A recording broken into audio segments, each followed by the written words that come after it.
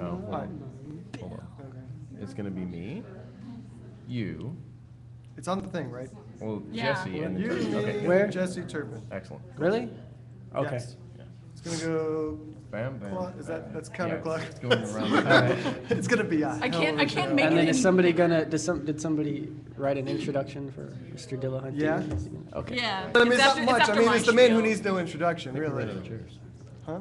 Really? No, we got plenty of chairs. Okay. All right, let's go.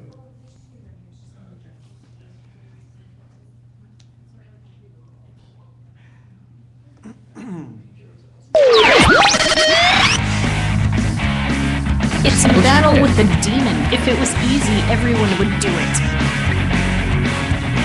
Get out there on Christian Mingle, create a fake profile, and start trolling. No, I hope nobody has your back on this one. You sick bastard. Practically NPR. And welcome to Atheist Airwaves on Secular.fm. We are your source for a secular perspective on news, religious idiocy, and despicable hilarity. I'm Jay Guerrero. I'm Christian Ferris. I'm Jesse Garza. And I'm Susan Turpin. You can find us on Facebook and Twitter by searching for Atheist Airwaves. We usually record live every Thursday at 7:30 Central. So if you're listening via podcast, we encourage you to join us in the Ustream chat room and catch all the really fun stuff that we probably shouldn't say. We are live today at Texas A&M University Corpus Christi in front of a very attractive audience, Hey, y'all. which is a first for us. How you doing? Not the attractive part, Usually but it's the y'all audience that I have part. to look at. The real reason, though, that everyone is here is because we have in the flesh our guest, the man who needs no introduction, Matt Dillahunty. Thank you so much for making the trip down to Corpus Christi for us. Thanks, it was a nice drive.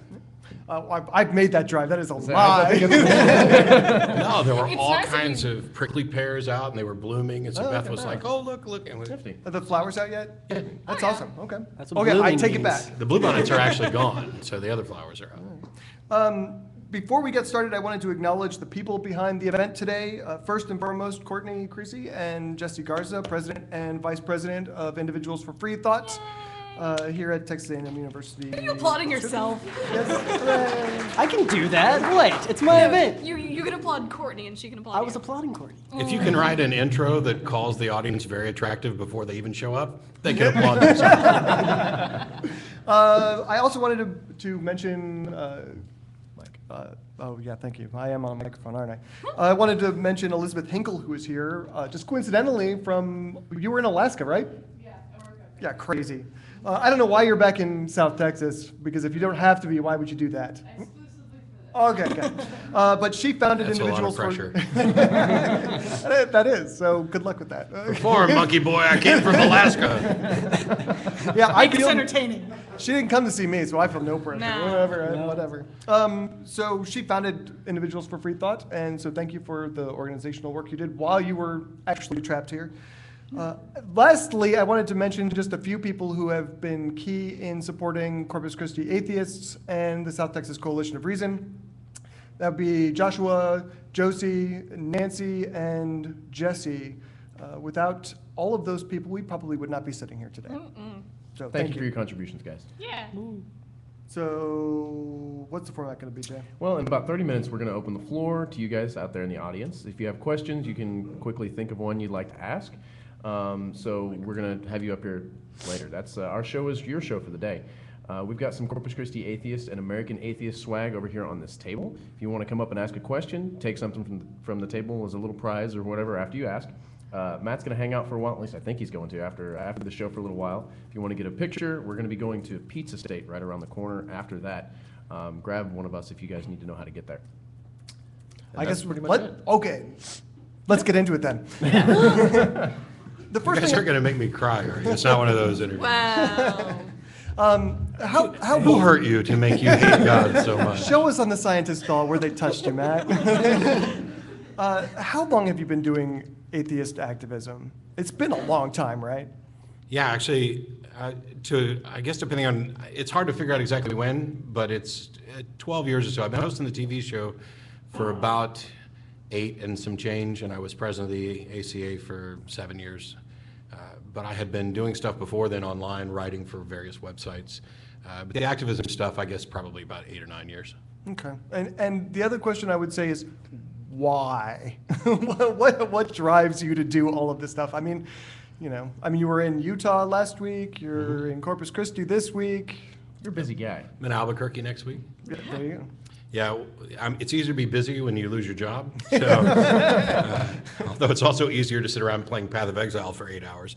But I used to joke that I kind of did it as penance because I spent so many years leading people to Christ that I should spend some years leading them away. But I've been more effective on this end, I think.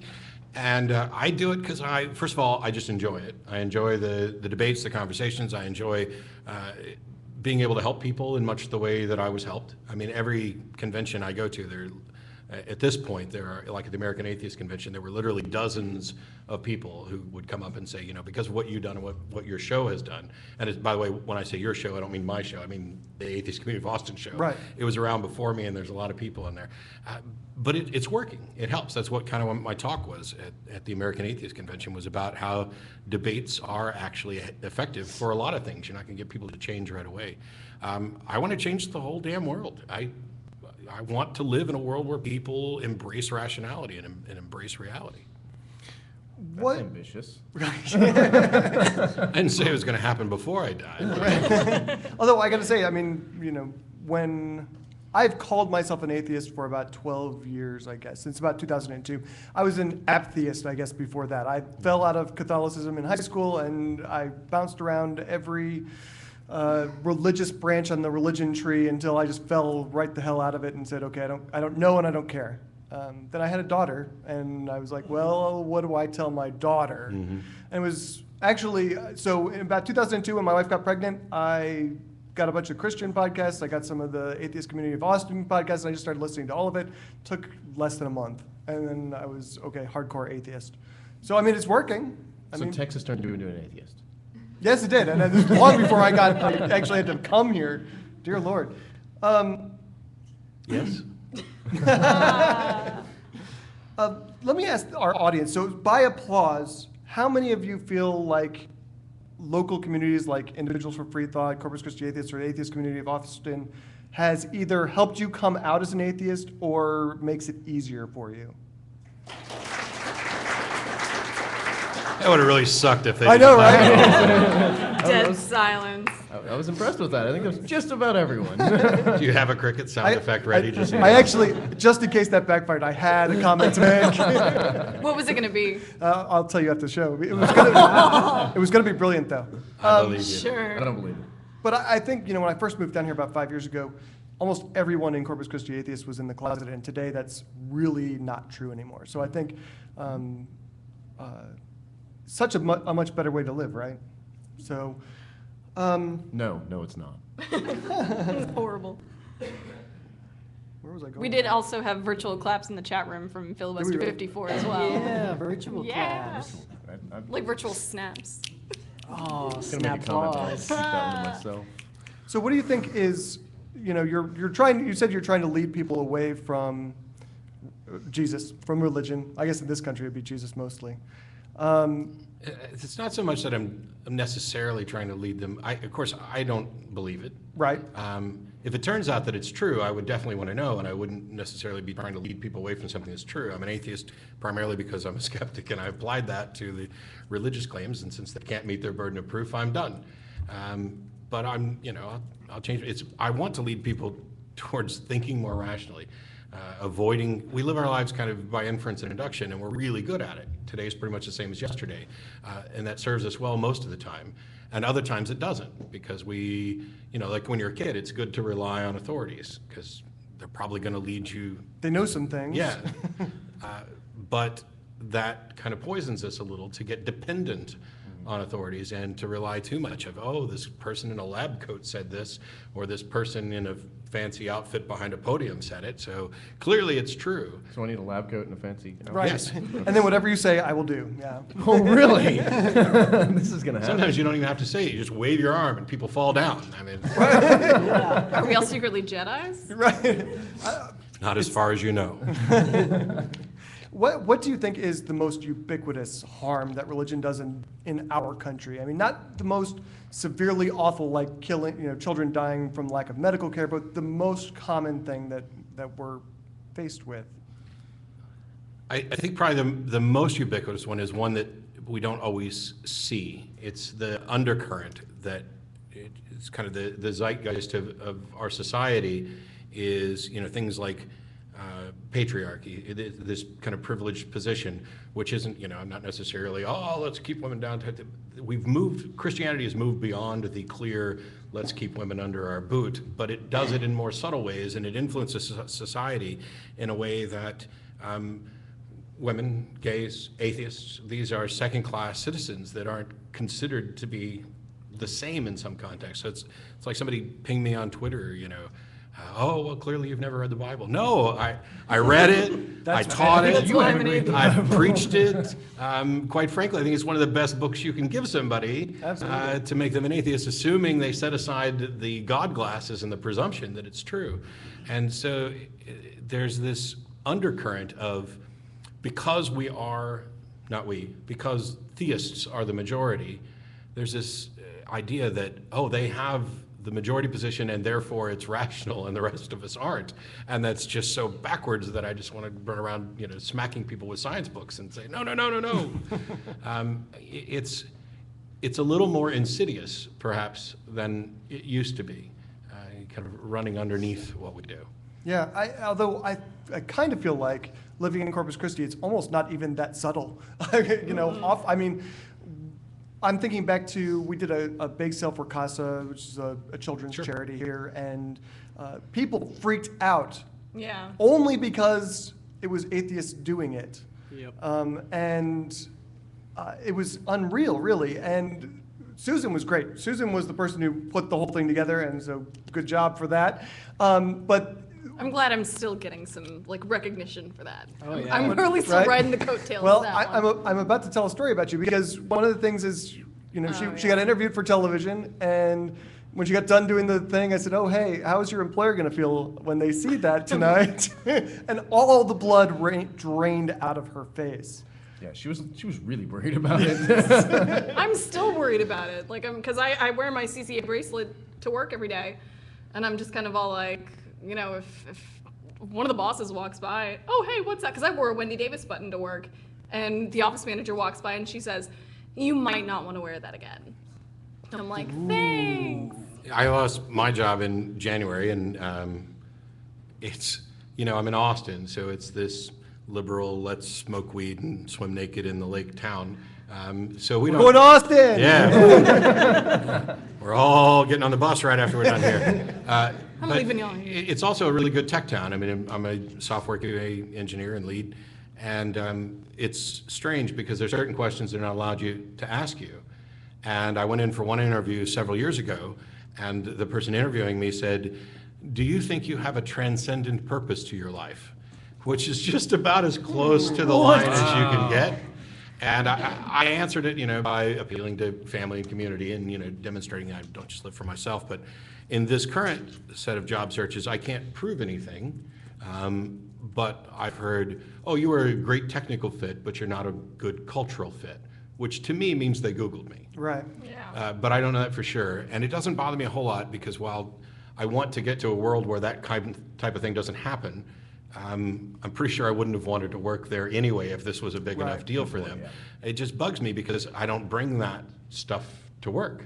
I'm there to do a job. I'm there to test your software. It's not like I'm going to be, writing a test case and go, by the way, have you stopped believing in Jesus yet? Because that's really stupid. It just doesn't happen. Yeah. And when it does come up in the workplace, it's inevitably because one of my coworkers found out, or somebody said, hey, what are you doing this weekend?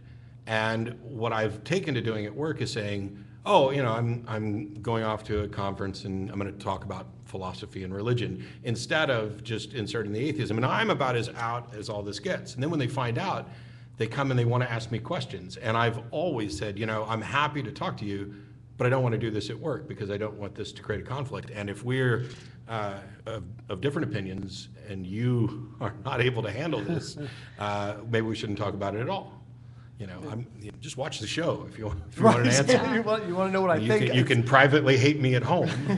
I don't think it's hard to figure out what you believe if you just spend an hour on the internet. So. Yeah. Well, it's scary too because I haven't tested this on at first I thought it was just my computer, but I tested on one at the library, and if you start typing my name, when you get to Dill, it's like Matt Dillon and then me, because there's not a whole lot of Dill named after that. Yep. Dildo. Actually, you're the first one that pops up on mine. Well, yes, Well, that's that's you. because you love me more than Matt Dillon. Not a big Matt Dillon person, I'm gonna say. Plus, when's the No. last time he worked? I'm sorry. We are live It broadcasting. is recorded. I'm kidding, Matt. Just kidding. He's watching, So we're- definitely. He's probably home Googling himself going, what the fuck happened here? This is Matt Dillahunty, asshole. He's a big fan of our show too, so. Sweet. So you're doing the Unholy Trinity tour Yeah. right now. In fact, you said you're going to Albuquerque doing that next week. Next weekend. Tell us what that's about, because I'm not entirely. I've been on the website, and I'm still not entirely sure what's going on with that. Yeah, so this is Seth's idea, Thinking Atheist, and he does all the work. I just show up and talk. Basically, it was his idea to help kind of foster and promote local groups, and we picked just 3 cities, 3 local groups to start with to kind of see how this works. And because I'm in Austin, Aaron is in Dallas, and Seth is in Oklahoma, and we hang a lot and we're good friends. He said, let's just the 3 of us go out and do this. Let's see if we can make this work. And essentially, we work with these local groups. We can do the event for free, or they can charge depending on what they think. And we're not completely sure if we're going to keep things in the same order every time, but Aaron talks for a half hour, I talk for a half hour, we take a break, Seth talks, and then we take questions. And the first event was in Amarillo last month, and there were supposed to be people from the Ravi Zacharias Ministries there, and we'd even offered them like the first 3 questions to help encourage them to show up, and they didn't. And it was the crowd was good. It was smaller than what we'd expected, because when I did a debate in Amarillo, there were 650 to 700 people there with me and Abdu Murray, doing this.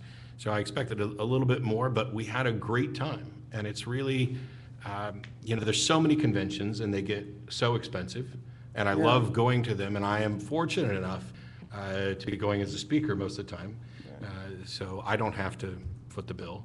But having smaller things, even like this, I mean, you could take this and turn it into an evening thing, and then you expand it to maybe a day thing.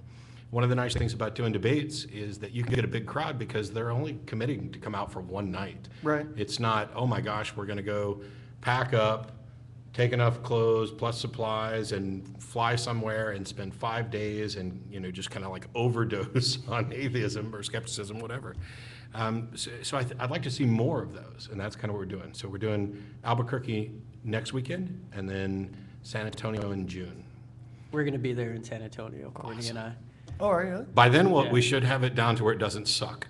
That'll be the 3rd event. I'm going to remember you said that. So I'm gonna all you walk up to you and say, Albuquerque "Hey." people out there, it's gonna really suck. Just so you know. But the nice thing is that even before we did the first event, there were people in other towns going, when are you coming to my town? When are you coming to my town? Yeah. And I was like, hooray, maybe we can make something of this. And Seth's like, wait a minute, this is a lot of work.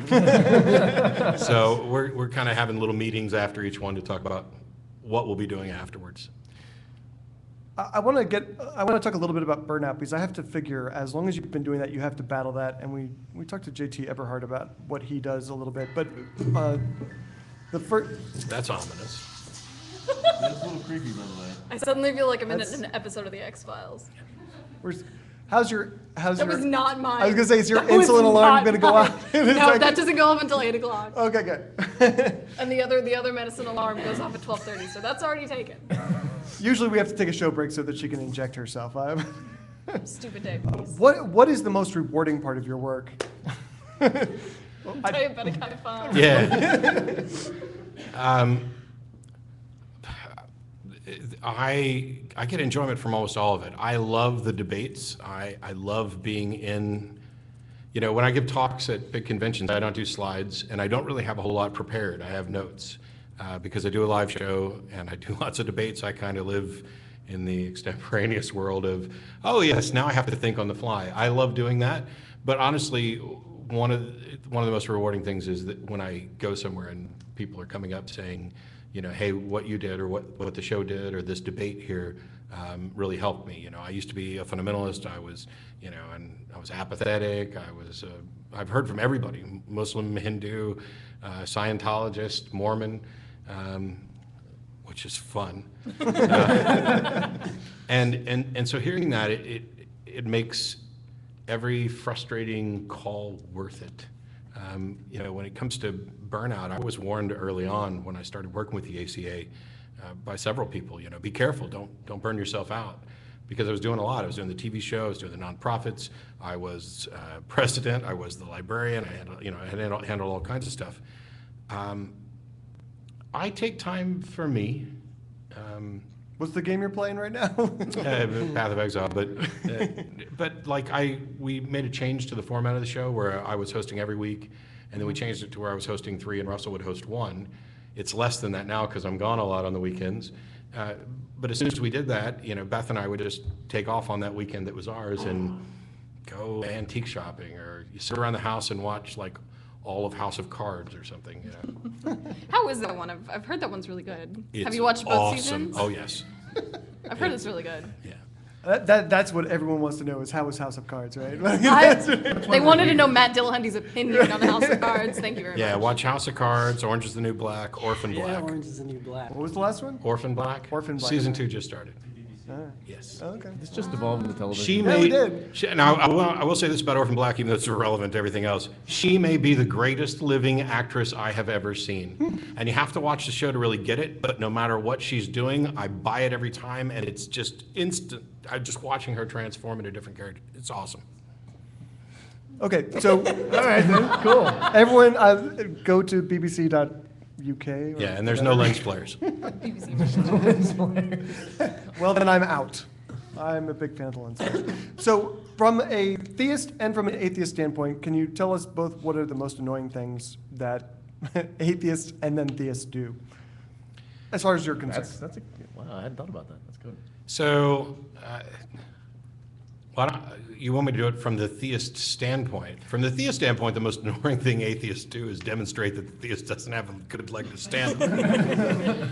But there are a lot of bad arguments out there, and I hear a lot of what I've called kindergarten theology and kindergarten philosophy.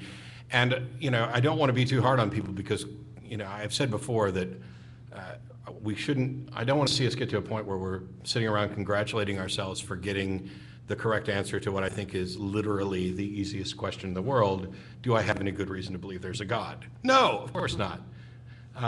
But for people who don't care to go any further, who I don't see any reason to believe, and I'm done with it, and I want to go on and live my life, good for you.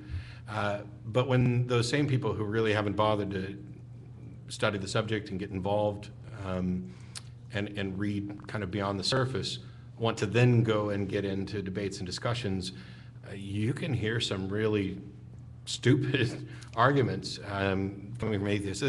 There's other things that there are some atheists have done that kind of annoy me, but this is what we were seeing in our movement is kind of growing pains.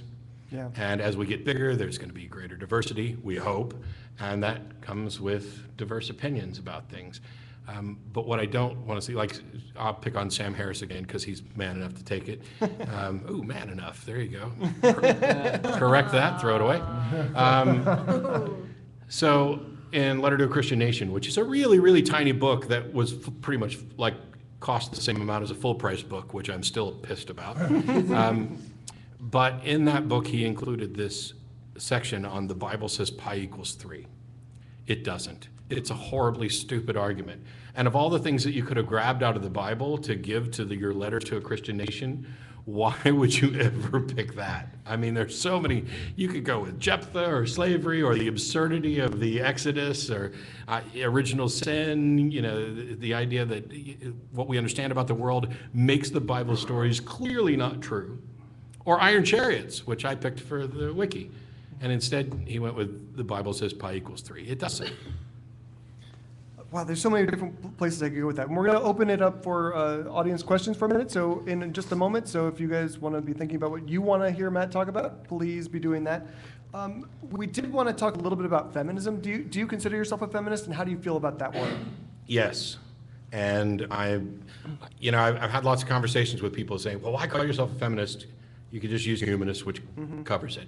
And it's because, does it cover it? Yeah, I think it probably does, at least from the way I identify as a feminist, but it doesn't cover it enough.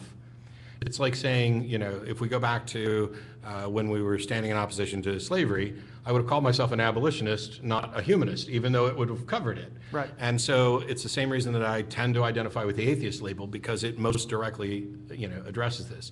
Now, how much should we focus on feminism within the movement? That's up for each individual group to sort out. There's nothing about atheism that requires you to be a humanist or a feminist or even care about church-state separation.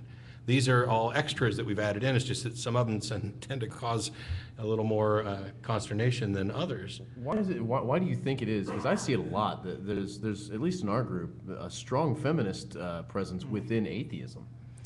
Well, and the opposite, frankly. Yeah, I mean, and this is kind of one of the points of conflict. When I talk about it, when I talk about where we should go, or what types of things we should reasonably address. Like, I've debated abortion twice, and I will speak up Is it for. good? Oh, You no. shut your face. Sorry, go ahead. Sorry, we have post shows, and we've literally been screaming. And Sorry, go ahead. The answer is no. It's never good. But while I am all for, let's say, income equality, I'm probably not going to be spending a lot of time fighting for income equality because it doesn't fit into the scope of my church-state separation stuff. Right. Other areas where people's rights are marginalized, I think, falls firmly within church-state separation, or at least pretty close to firmly, which is why the Atheist Community of Austin, if you go to the website, atheist-community.org, and search around, there's a list of position statements. And these are all derived from our foundational principle, which is support of church-state separation. And so I don't think we actually have marriage equality on there, which is something that probably needs to be corrected. But we did have reproductive rights and education and things like that, as this is what the organization is going to support. No individual member of the ACA is required to accept these things or anything. It's just to let people know our organization is going to do this. What does it have to do with whether or not there's a God? Nothing. But that's the starting point. Once you realize that you have to live a life and be surrounded by other people, and you don't believe in a God, what do you do then? And that leads to humanism and other ideas. At least a bad karaoke is frankly what that leads to. Like, Some of you know, us it's are community. some of us are better than others. Okay, Okay. okay. Susan is good at karaoke. I thought mean maybe you that watched the karaoke from the American Atheist Convention, No. That sounds amazing. because I did it. I'll put I that actually up. did 2 songs. Yeah, we Can we get that on the? No. I think that's going to be our closing music. Oh, yeah. Guys, there's a reason I don't go to karaoke. Don't. Yeah, right. Not with these guys. But so there is, you know, when I was talking to Jay, is there is this really strong and you know, some they're calling themselves men's rights activists, but if you go to their pages, it's mostly anti-feminism. Do you have any idea where that comes from? Because it's so alien to me. I'm not really keen on speculating, but I saw something recently where basically it appears to be mostly online and mostly young white males. And I think that in many cases they have bought into some misinformation to where they're painting with a broad. There are feminists who I can't stand. Sure. There are atheists who I can't stand. There are skeptics that's going to be, but it seems that they've picked out specific ones and specific arguments that they can't stand and use that to kind of paint broad brush over real issues. And I think the internet, while it's amazing and it is probably single-handedly the best tool for promoting secularism, skepticism, atheism that we have, it's probably the number one factor and the reason for the rise. Also, it affords people anonymity, and they will say things online that they would never say to your face, ever. So net positive, the internet, because it's such a trap in that it's so easy to propagate false information, as just as easy as it is to propagate true information. Yeah, the thing is that it's like, first of all, it's just a big wealth of information, but it puts everybody on roughly equal footing.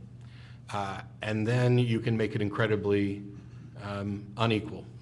And the reason for that is that, for example, Westboro Baptist Church, everybody knows about them, or most people know about them, even though this is literally 2 families in Kansas. I mean, that's it. That's their whole church. Really? And they're running around, getting on the news. I haven't been on CNN, and Shirley Phelps Roper has been on CNN. What the fuck's up with this one? But it's, they're louder and more active, which makes it seem like there are more of them. And I think we see some of that online as well. When you go to actual conventions, like we were at the American Atheist Convention, there was very little of anything remotely like what you would see online. And I just think it's just the way things are. And, as we go through the growing pains, we've got to kind of get used to it. We've got to figure out, who we should bother paying attention to and who we shouldn't. And do a better job of supporting each other, and also do a better job of calling each other out, both feminist, MRAs, whatever, but doing it in a way that's actually productive. If our first move is to run online and blog about, oh my gosh, this terrible thing happened, and this is a horrible MRA or feminist or whatever label we stick in there, we're not actually probably going to make good changes. Right. What we're going to do is just keep putting bricks in that wall. And I think honestly that there will continue to be a plurality of atheist submovements, probably forever, because that's who we are. We're diverse. Yeah. We're going to open it up to audience questions at this point. So if you want to line up in front of the mic, if you have something to say, please do. We do have a couple of them. Well, Yep, it says a couple, but it's really only one announcement before. Okay, Yeah. go ahead. Yeah, I mean, basically, you guys, most of you probably already know this, but we do meet every Sunday, about 5:30 every week. Tomorrow, it's tomorrow, right? Yep. It's It is Saturday. tomorrow. We're a surf club, executive surf club. It's downtown. If you don't know where that is, visit ccatheist.com. You can get a list of our public events. If you're interested in connecting with our affiliates, just visit southtexascor.com. You can see our sister organizations, including individuals for free thought there. If you are a student at A&M Corpus Christi, you can reach them at individualsforfreethought.com. And I encourage you to do that. Please do. So you meet on Sundays, so it's church. Yeah, exactly. Exactly. But- It's in the evening, so it's like it's- anti-church. It's the good church. It's the one where you don't have to wear the tie. It's beer church. And it's beer church, which people have actually been doing. No, but every time we talk to theists, okay. It's one of my favorite people on the planet coming up to ask me a question right off the bat. I don't even have to ask your name. We We have can Nick move Lee the for mic the over. Secular Coalition for Texas. Now, Matt, you've been in this business a long time. And This is a business? Where's my paycheck? Not a very profitable And business. you've perfected the art of addressing these questions that come into you in terms of logical fallacies. That seems to me to be a very useful thing for most non-believers to read up on. And I'm not aware of any book that specifically speaks to that. Now that you have some spare time, when is your book coming out? So one of the things thanks Nick, by the way, one of the things when I lost my job, that was like one of the first questions that people asked, and it was one of the first things that I was going to work on. Won't get into that at the moment. What I'm actually working on, in addition to looking for a legitimate job, is looking for a way to never have to find a legitimate job again. And so last week, after some people recommended it, I set up a channel on Patreon, and I'm hoping to go live with it probably at the end of next week, with a video description and stuff. And one of the things is that there's going to be videos up there that are free. There's going to be a handful that are patron only, and then there's going to be another probably tier of videos where I go through basically debate training 101 and covering fallacies and arguments and different ways to address different arguments. Because one of the things that's benefited me from doing the show for so long is I get bored easy. And so if I am asked a question I've been asked 100 times, instead of letting my brain just say the same thing that I've said 100 times before, the first thing I do is say, hey, can I answer this in a slightly different way? And sometimes the answer is no, which is how I end up with taglines like, I want to believe as many true things and as few false things as possible. There's 4 books outlined. I don't know when. I said that I was going to start writing on Thursday. I was even going to disconnect the internet, and One of the things stuff came up. I was thinking about talking to you about on the way over here. I was thinking, if you just wrote a book of limericks, people would buy that stuff. So you may be overthinking it. All right. Well, see, and that's what I tend to do. It's one of those things where it's like, oh my gosh, do we really need another book from another atheist? Because, we've addressed these before. I mean, you can even go back to, Michael Martin and some of these others who had books out long before I was an atheist that address the issues. And so I want to make sure that whatever I do, I'm bringing something to it. Mm-hmm. And so I'm going to start with a Patreon channel. And start doing some debate training type things for the people who want to get involved in this, even for just one-on-one. It's not like I'm teaching people to go forth and get yourself a university debate with 700 people. I think you could. But I can spin that into a written form, and then it'll be my thoughts. One of the things that frustrates me is there's little memes floating around on the internet. There'll be this awesome quote, and they'll say, Matt Dillahunty. And I'm like, I didn't fucking say that first. Somebody else said that. You heard me repeat it, and because I didn't source it, I got credit. So I want to make sure that whatever I put out, it's me. And I do, used to just say, I'm just some asshole from Texas who talks. I don't say that anymore. I mean, I recognize that I am somewhat good at what I do, and that I have some advantages over some of my comrades in the movement. Dawkins is brilliant.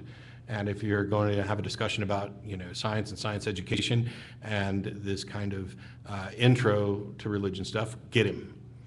But if you need somebody to debate a Southern Baptist, I have an advantage there in that I was there, and this past and the honesty, the sincerity, I have cred. I have Baptist cred, at least with some of them. Church of Christ didn't think much of my Baptist cred.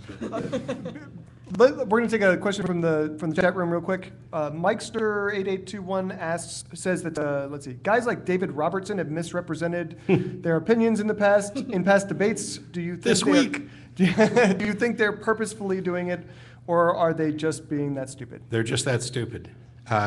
So one of the things, there was a video, I did a debate with David Robertson on Unbelievable podcast in the UK. And there's a video clip that somebody put up the other day where David had asked me, basically he gave this long intro story, and he said, Bertrand Russell said, Dachau is wrong is not a fact. Do you agree with this? And I said, I don't know.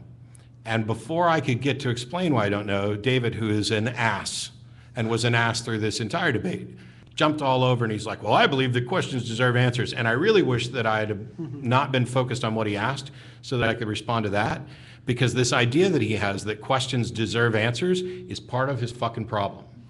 Because he doesn't think that I don't know is ever the correct answer, and sometimes that's the only correct answer you have. It's the answer that lets you go out and find out what the real answer is. Absolutely. But he doesn't have the patience for this, and so he's willing to accept this answer. Well, instead, I went on to say, I need to know what Bertrand Russell was saying in context, and then I went on to point out that, yes, concentration camps, obviously, in conjunction with my view of morality, were wrong, that this is merely true. But the video is up, and it says that I was asked whether or not Dachau and the concentration camps were wrong, and I didn't know. That's not what I was asked. I was asked whether or not I agreed with Bertrand Russell's philosophical categorization of a statement, and I never actually got to answer that. And so what happened, I think, because I can't get into their head, is they are unable to see many times beyond their preconceptions. And they have a script, and he knows that when he asked me that question, what he really was trying to ask me is, were the concentration camps wrong? And if he'd asked that, I'd have said yes, and we could have kept talking. But he tried to make it fancier than he actually is, and got me thinking about the philosophical stuff, and I'm like, okay, Bertrand Russell said this, what do I think? And it just kind of derailed from there. And I mentioned that I called it lying for Jesus. And the only reason I call it lying is because I'd actually posted and corrected them on this, both the person who posted the video and David, and yet they kept coming back. And while I probably think that they are not intentionally trying to deceive, they've had this explained to them as thoroughly as it can be. And if they persist in misrepresenting me, then I'm going to call them liars. We can have another discussion. Well, actually, we can't, because I blocked David. Sometimes that's the being best a dick. solution to that problem. Yeah, I posted yesterday that I think one of my new goals is to make a list of all the apologists that people don't ever have to debate anymore. And I've got, Ray Comfort, we're done. David Robertson, we're done. I'll probably add another name to that list next month. All right, next question from the audience. What's your name? Jeremy. And your question. Okay, so there's sort of this new movement or approach going on in science now, where instead of focusing on reductionism and breaking things down to their parts, they're looking at the relationships between the parts, Mhm. how characteristics or qualities like emerge from the system over time. And I was wondering, do you think it's a possibility that it's like a function or purpose of the universe to build complexity over time to eventually possibly overcome entropy, and if human beings are like the building block or stepping stone in that process? That's an awesome question. No, I don't think that the universe has any purpose, and I think it's kind of a mistake for us to assume that there's a purpose. However, that doesn't mean that there couldn't be the appearance of purpose, that this mindless system could be churning towards something like that. But my objection is to claiming that it's kind of like a goal, like the universe set a goal, or that it has some purpose that was attributed to it. I'm wondering is this kind of tied to the change in biological taxonomy, where we're looking at Sort of. homologous structures instead of just and DNA and phylogenetic stuff instead of just going on similar features? Yeah, I guess you could look at like a single organism and say like its purpose is just to reproduce and to stay alive long enough to reproduce. So sort of like in that kind of context. And Dawkins would probably correct you that it's not the organism whose goal is to reproduce, it's the gene. Oh, okay, yeah, sure. But and that's why we tend to see purpose. And so this appearance of purpose of design is one that people are going to struggle with for ages. But no, I don't think the universe has any purpose or any guidance other than the fact that we appear to be, to some extent, maybe guiding it a little bit. Maybe. That could just be a trick. And feel free to, everyone who's asking a question, feel free to take anything you want off that table with CCA stuff, American Atheist stuff, so feel free. Thanks for the question. But if you take anything off this table, we will Right. beat you. Go ahead. Hi, Hi. my name's Elizabeth, and I've spent the last year out of academia bouncing around with places that didn't have an atheist group or a secular group, just bouncing around with regular people. A lot of them happen to be younger people, and whenever I say I'm an atheist, it eventually comes down to them saying, yeah, you're right, I don't have any proof there's a God, but then they always say this, and I want to hear what you say. They always say, sure, yeah, there's not necessarily a God, but what's so wrong with religion if it makes people good? And what's so wrong with God if it makes people good? And I have my own response to that, but I'm curious to hear yours. Okay, so thanks. First of all, I'm not convinced that religion makes people good. Yeah. I think this is yet another lie. I think it's a lie like you've got a Jesus-shaped hole in your heart. It used to be said that religion poisons you and then offers you the cure, and I kind of reworked that to say that religions actually convince you that you are sick, and then they offer you the homeopathic cure. So number one, I'm not remotely convinced that religion necessarily makes people good. I think we could probably debate whether or not people could even be classified as intrinsically good or bad, or categorically good or bad. I think we all have the capacity for all of that in there. But when they ask, what's the harm of religion, setting aside whether or not it makes people good. And by the way, if we came up with a drug that made everybody good and also halted scientific progress the way religion has, would we take it? And I wouldn't take it. I think one of the things is to kind of take the good with the bad. So the harm that religion does, first of all, my kind of tagline, which will be on a t-shirt next month that you can purchase from Compass 120 Free Thought Shirts, is I want to believe as many true things and a few false things as possible. I get that from Hume. You need both sides of this. And really, the objection is there seem to be, the overwhelming majority of people on the planet believe something with no good reason. And they believe it to differing degrees, and it impacts their life to different degrees. Every belief you have everything that you are convinced of, has the capacity to inform every other question you evaluate. It has the ability to inform every other thing you believe. And your beliefs inform your actions, and your actions have consequences for yourself and for others. And so when people say, oh, but it's not real, what's the harm? Well, okay, if my grandmother's on her deathbed, I'm not going to come up to her and say, you know, you're not going to heaven. You know, you don't have any good reason to believe that. I wish you'd stop believing that before you kick the bucket, because then I'd just be a dick. But to tell people this earlier, when they're not on their deathbed, is about the kindest thing I think you can do. Because once you realize that you have no good reason to think that you're going on to an afterlife where you can maybe make up with people that you might have wronged, now you're more likely, I would hope, to treat people right the first time, as Ben Gillette pointed out on This American Life. But we know that religions you look at the charity done in the name of religion. It's not the religion that's doing this, it's people doing this, and then giving the credit to their religion. And in Austin, underneath the I-35 overpass there at 6th Street, there were churches going out and handing out food all the time. And they would, basically every sandwich came with, you know, a tract or a sermon as the quality. So Joe Zemecki and some other atheists in Austin created Atheists Helping the Homeless, which I love the little tagline, it's AHH, so it's relief. And they go out and hand out food. Now that's it, they just hand out food. Why can't we do that? What's the benefit of the religion? And people will come up and say, oh, what church are you with? Oh, we're not with any church, we're atheists. Here, have your food. There are good things in religious systems, and there are bad things. Keep the good things.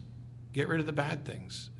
You know, the atheist, quote, churches have come under fire lately, and my friend slash brother, no longer in Christ, Jerry DeWitt, is running this, and they get some flack. And the thing that they don't seem to understand is that we're all different. And while I have no real desire to stand there on a Sunday morning and hold hands and sing, you know, Imagine with a bunch of people, there are people who need that and who appreciate it. But when we say that people need religion to be good, or that religion makes people good, where's the evidence? Because when I look around, I don't actually see it. I see people being people. And I'll agree with, I'm going to forget the name, UT professor. Oh, the guy. Weinberg, who says that without religion, good people will do good things and bad people will do bad things, but it takes something like religion to get good people to do bad things. I think you can, I have yet to find any real tangible benefit of religion that is contingent upon the religion being true that you can't also achieve by secular means. That's like an incredibly long answer to your question. I was gonna say, if I can get them to listen that long, they might be convinced. Yeah. What is your response? Oh, I say a similar response. I say, Then you're right. yeah, I say, sure, okay, but there's a lot of things that religion has done bad, and you don't accredit the bad things to it, you know? And then I go ahead and bring in various issues, you know, condoms, wars, Yeah. things like that. And lose them. Huh? And then you lose them. Right. I guess I needed a more passive response, and that's much more gentle than when I say, well, you guys also do this. So I appreciate that response. I think it's very thorough. Thanks. Thanks, Elizabeth. Yeah, I don't give short answers, so sorry.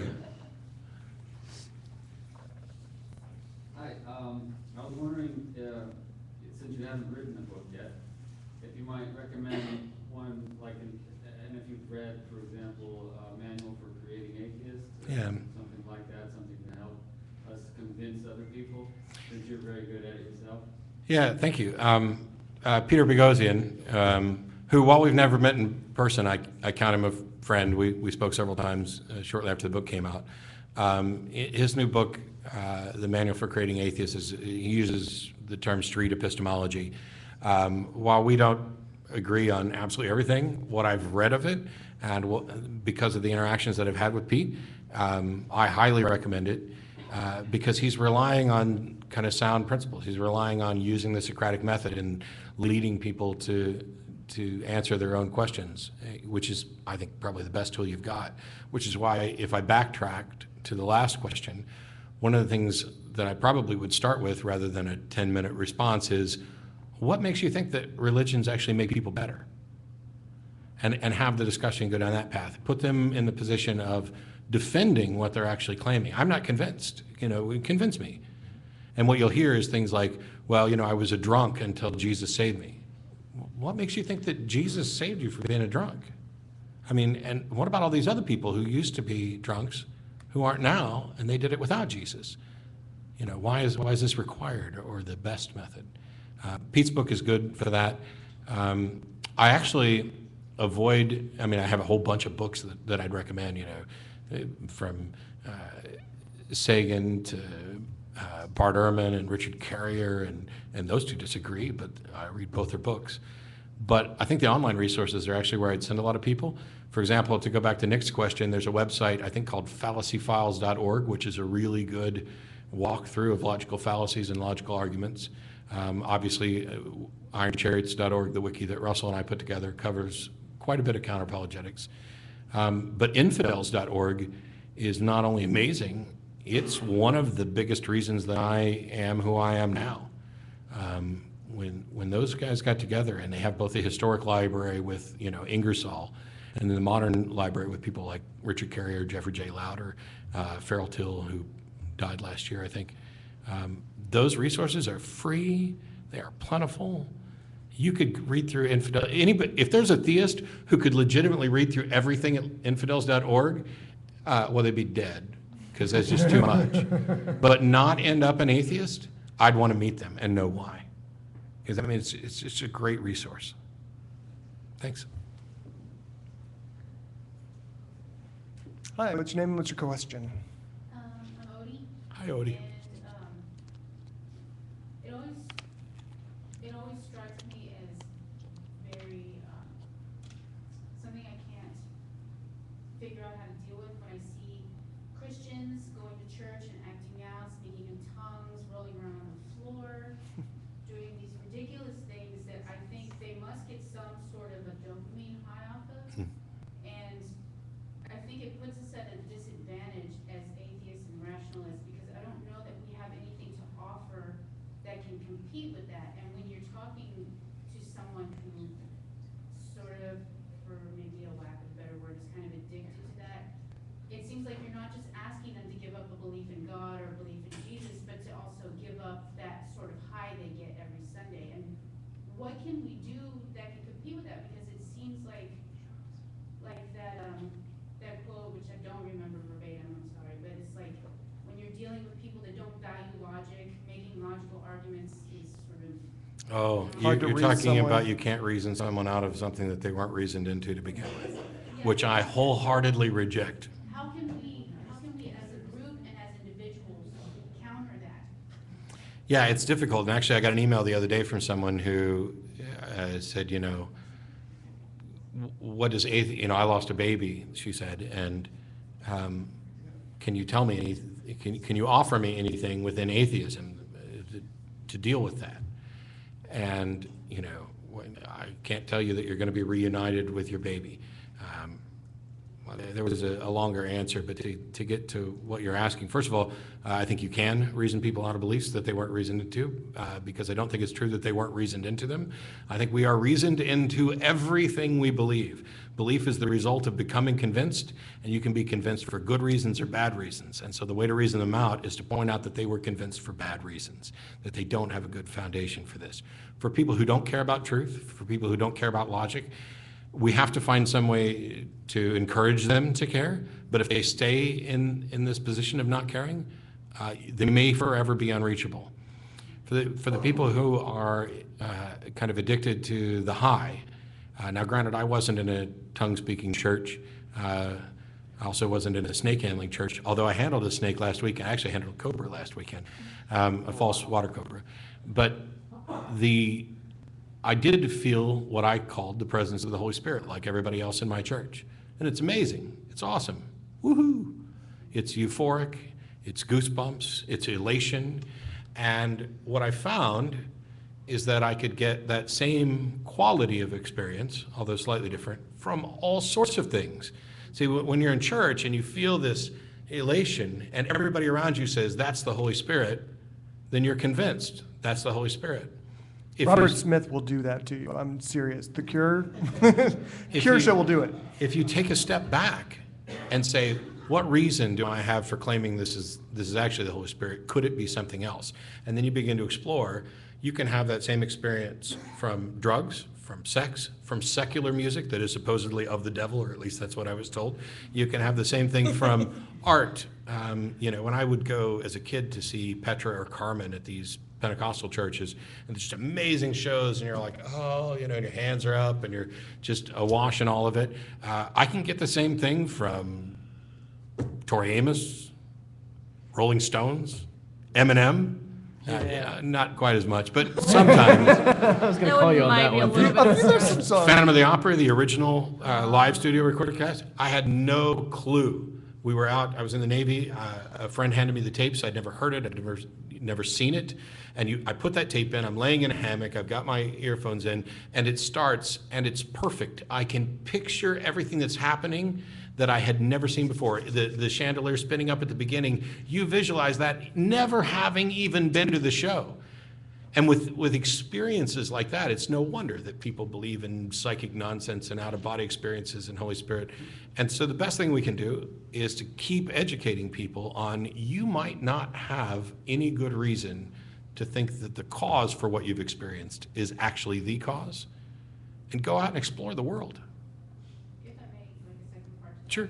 How much of that acting out do you think may be adults making an effort to be so adult all the time that they need to get together and have some sort of higher purpose for getting together and engaging in some sort of play? And what do you think that atheist groups making it a point as adults to get together and go out and have fun can take that place emotionally?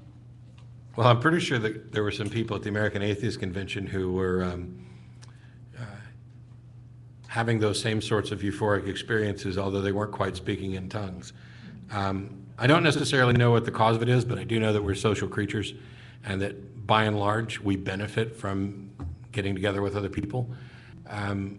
I don't, when I'm at like the American Atheist Convention, I don't feel the equivalent of the Holy Ghost, unless somebody gives me some cookies. But I don't have the need for that, because I've processed what it was, or at least that I don't have any good reason to think it is what I thought it was. And I get my pleasure and my enjoyment merely from interacting with people. It's like, basically your question is, how do we get a heroin addict to not like heroin? And the question is, the answer I think is that you just do it, and then they realize that they don't need it anymore. Which leads me to something that Dennis Loubet said. We got questions quite often. Well, once you get rid of religion, what do you replace it with? And Dennis said, well, once you cure the cancer, what do you replace it with? You're healed. And getting people to understand that life is not miserable and sad, that there's this wonderful, joyous experience of just discovery, of getting to go out and say, you know what, all those pat answers that people gave me about everything from the origin of the universe to what's right and wrong, I'm no longer beholden to those, and I get to go out and think for myself and investigate to the extent that I want to. That is amazingly empowering. It's a pretty good drug to be the master of your own destiny to the extent that you can. Get high on science. I think we're actually going to have to pause the audience questions for just a second. Hang on to it, and we'll come back to it in an indeterminate length of time. Yeah, I don't want to turn down his question because he looks like he could kick me. We're not getting out of the room. And we'll come back to questions. So if anyone else has other questions they want to ask, we'll come back to it. How many of you, by applause, are fans of the Atheist Experience? Did you have that Cricket's audio ready? I had it ready to go. I didn't think I'd need it. So one of the things we thought we'd do, and this is either going to be really entertaining or it's going to fail miserably. It could go really, and I have nothing prepared. Can for we it. take bets? This is what happens when we do this live. Right. So this is all about. I'm betting on failing miserably, honestly. I mean, As I am love I. you, but So what we're going to do is we're actually going to call a Christian here in Corpus Christi and let him talk to Matt for a little while. You guys are breaking my rule because I keep saying that the big difference between me and the Christians is I don't make outgoing calls, but I'm doing all the dialing. And none of us have ever actually talked to this guy. This could go horribly wrong. It could, yeah. The whole show is going to fall right apart right now. I feel like I should tell like the backstory behind this actually. Go ahead. Okay, so there was a picture I'd posted on Facebook of contradictions about the Easter story and everything, and most of my atheist friends were all like, "Yeah, I like this." One guy that I used to work with, who actually has just become an ordained minister, posted, "Oh, well, there's not all these contradictions, and this isn't true, and and people started being like, "No, actually, there are." And Justin beat the hell out of him. Yeah, he's prone to do that. So Justin actually said, "Well, hey, why don't you actually go on Atheist Airwaves one day, and we'd like to talk to you about this." And it turns out the guy on my friends list couldn't do it, so he got somebody to stand in for him. Total random friend. I don't know who this guy is at all, for the record. None of us do. I hope he has a horrible lisp. Oh God, I hope so too.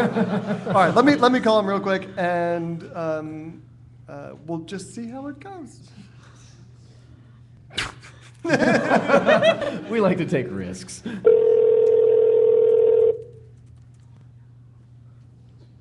I'm so excited. We're gonna get the voicemail. Watch, she's gonna chicken out on us. Probably. Do we have a backup? More questions? by the way, while we're waiting for him to answer, Hey, what's up, man? Hey, is this Jason? Yes, sir. Welcome to Atheist Airwaves. You are live. We've got a panel of about 5 people. We're in front of about 50 atheists in the room. Don't screw this up. Right. No pressure. And there's all kinds of people online. We're not going to. I don't know what kind of counting is going on over there. Okay, so we're pretty much going to let you talk to just talk to our guest Matt, because you probably don't need to be because they don't like me. Jumped on by 60 people. Everybody wants. So we had talked beforehand that if you could just briefly tell us what you believe, why you believe it, and why should all of us in this room believe the same thing? Well, first of all, I believe that, I believe in Jesus. I believe the Bible is not God. It's not an inherent text. It's an inspired text. I'm trying to think of a few other things, I guess, to build it. And we're simultaneously sinner and saint at the same time. So it's not like you're always evil or you're always good. It's kind of a mixture. I just said that. We agree on something right off the bat. Is that enough to build on? Well, you kind of said the what, but you skipped over the why. Why do you believe this? Oh, why do I believe that? And more importantly, why should we believe? Okay. I believe it. A lot of it had to do with probably my upbringing, but then I think it was affirmed a lot because of the Christians that I came into contact with after I turned 18. I found people that were open, honest, and wanted to do something in the world to make it a better place instead of what I had experienced as a teenager growing up in a more fundamentalist environment. And why I believe everyone should believe it, I think it can make the world a better place in some ways. My goal is not really to convert people to whatever I believe. It's more of to show them the Jesus or the God that I believe in. And if they buy in, that's awesome. If they don't, then that's okay too. But I think it could be a very liberating thing for people. So you said that you acknowledge that you probably started because this is, the religion that you were indoctrinated into as a kid, but you also said that it kind of grew stronger as you saw people doing good things and wanting to do good things on behalf of that religion. But yes. First of all, there are plenty of people who try to do good things who have no ties to the religion you believe in. And even if the only people who were wanting to do good things came from your religion, that doesn't tell us anything at all about whether the foundations of your religion are actually true. What was that last part that you said? So let's imagine a world where the only people who actually wanted to do good things happened to believe that Jesus existed and is God. The fact that there are these people who want to do good things, even if they were only a part of this religion, doesn't tell us whether or not the religion itself is true, whether or not there's a God, who came down to sacrifice himself to serve as a loophole for rules that he created. What you're really just saying is that you, or seem to be saying, I don't want to put too many words in your mouth, is that you're a Christian because you met some good Christians. So would you be a Hindu if you had met good Hindus? I think I could have probably ended up somewhere else if I was in a different geographical location. But the reason I chose Jesus in this context was because, yes, I met good people. And then later on, I found evidence for myself that I believe led me to buy into first, I think, God, and then later Jesus. Okay, so like you were inspired to be a part of this because you saw people doing good things, and then later you got evidence, right? Yes, absolutely. Like what evidence? Well, the first few things, I read a lot of N.T. Wright to begin with, and Mere Christianity. I don't know if that one has really helped me, but N.T. Wright and Simply Christianity just kind of lays out a lot of the issues that I had with it, and talks a lot about Jesus and resurrection and the belief that is a historical event, and not merely a right. I'm sorry, that's roughly the equivalent of saying that you heard some good sermons. I'm asking, what was the evidence that you came by? Not just, I read some things. I mean, I'm looking for the it's fine that you fell into this because people were good, and then you say later you got evidence, and I'm wondering what the evidence was, because, if I said that I accept something, even if I had bad reasons to start with, but I later got evidence, then I think I would be expected to be able to mention kind of what the evidence is. I mean. Oh, okay, I understand. Well, I think the first one is, it's kind of, for me, hard to explain how Christianity came to be unless Jesus really resurrected. I just don't understand why the disciples would put their life on the line.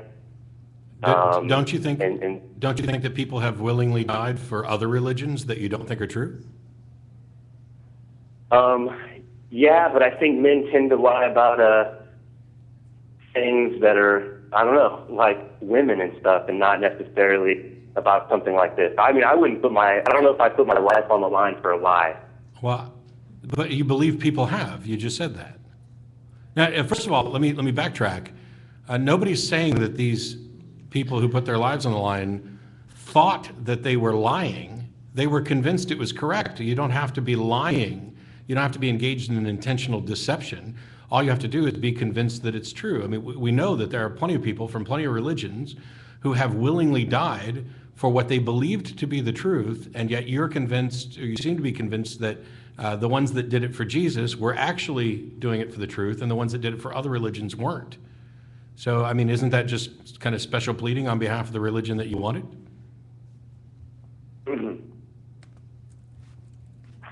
Okay, I didn't hear the last part of what you were saying, but I kind of feel like I got the crux of your question.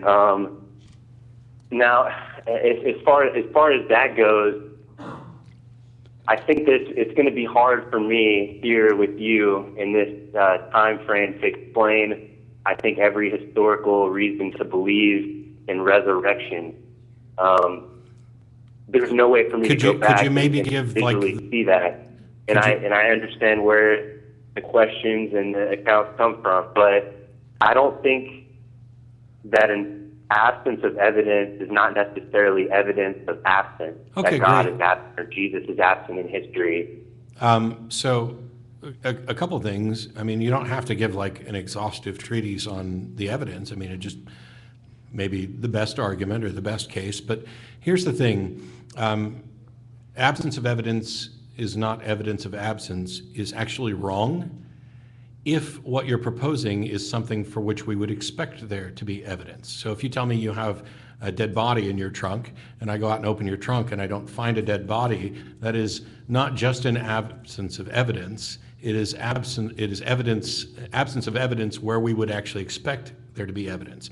But I'm not, and I'll let you perhaps give the best argument you can for the resurrection, but here's the thing.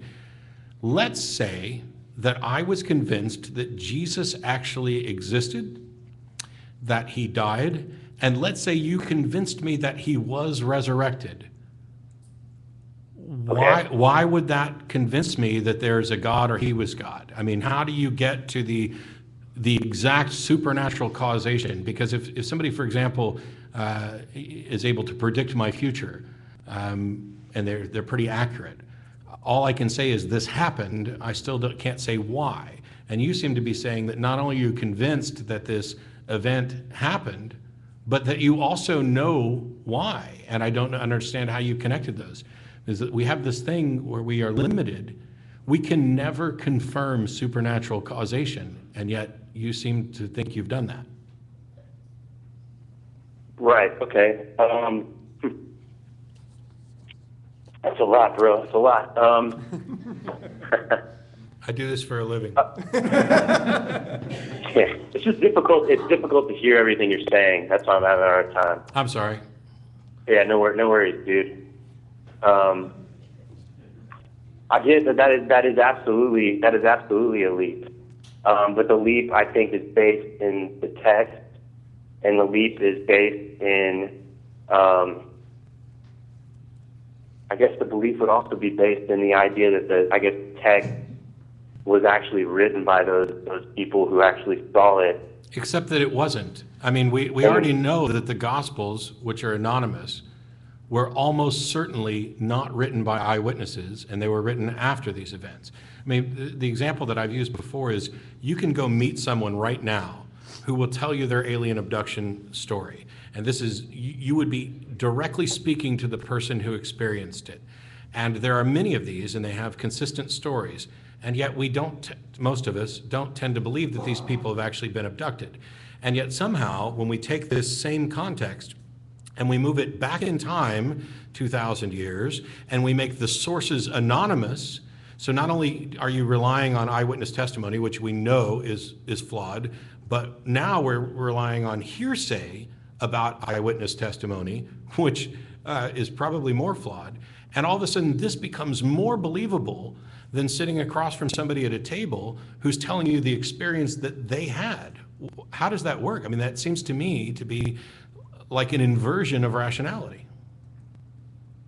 Oh, okay. So if the belief, okay, I get what you're saying. Okay, yeah, absolutely. That can seem that way. And I admit that I'm not intellectually prepared to answer that question to you. That's. I would totally. I mean, dude, I'd rather sit sit around around to give you a complete apologetic, man. No, I'd rather sit around and talk with you for another 30 minutes than half the people who call the show. I mean, anybody who's willing to acknowledge that, maybe I needed to think about that some more and come up with a better explanation. That warms my heart. I don't know is such a good thing to say. It is. Yeah, I'm just not. I'm honestly at this point, I'm not intellectually prepared to deal with some of these questions. I mean, there's some stuff I've read, but I haven't brushed up on it enough to give it all to you in a way that makes sense. I'm just going to end up butchering it. So let me kind of take a different tact, because one of the things we know about people who are religious is that they're not all. And I apologize if you don't use the word religious, or maybe you prefer just Christian, whatever. But they take these things in different interpretations, and some of them take it more seriously than others. And you kind of started off with the hey, if you don't believe, whatever. What do you think's going to happen to the people who don't believe? Whew. I knew we were going to have to get into that, baby. I love it. All right. I love it too. It's on now. I do not in any way think that if you live, that it's the way, I think the way you live now is more vitally important to you and what happens at the end. But I will say that I really don't think that there is an eternal place of damnation for you because you're an atheist or because you chose not to believe. I think if you were the best possible atheist or secular humanist or Christian, Muslim, whatever that you can be, you're fine. So, I'm just more focused on the now than that. Does that mean you think that we're all going to the good afterlife as long as we're decent people? Or do you not think there's an afterlife at all? Maybe the mediocre one. I think there's an afterlife, but I have a hard time constructing exactly what that means because I think there's so many, like you said, interpretations of what that is, and the truth is I just don't know. Sure. The heaven for real stuff is BS. But so I don't know what else to really draw from besides Revelations and some stuff Jesus said, but he talked about heaven and hell so little. How could I construct that myself? So let me ask this, because I'm a relentless pit bull for rationalism. So your afterlife beliefs are kind of fungible. But I'm wondering, in this modern world, where while we definitely don't completely understand the brain, we know a lot more than we used to. And for me, I find it difficult to accept the idea that any sort of afterlife is possible. As a matter of fact, amongst all the claims of religions, this is probably the one that is most near to death, to the idea of being dead for me. And it's because all of the things that we used to attribute to a soul, we can identify as functions of the brain. And when we investigate people's brains, for example, we've had split brain patients where they develop two distinct personalities, and one of them is an atheist and one of them is a Christian. We know that brain trauma can reset somebody's memory, their personality, their preferences, basically all of the things that make me me. And we have seen brains just completely reset. None of this makes any sense in the realm of claiming that there's a soul. I mean, is there some soul that gets trapped that now has to deal with a completely different personality in the brain when it's reset? I mean, all of the evidence points to our brain, and what it does makes up our identity. And all of the evidence points to that ceases when we die.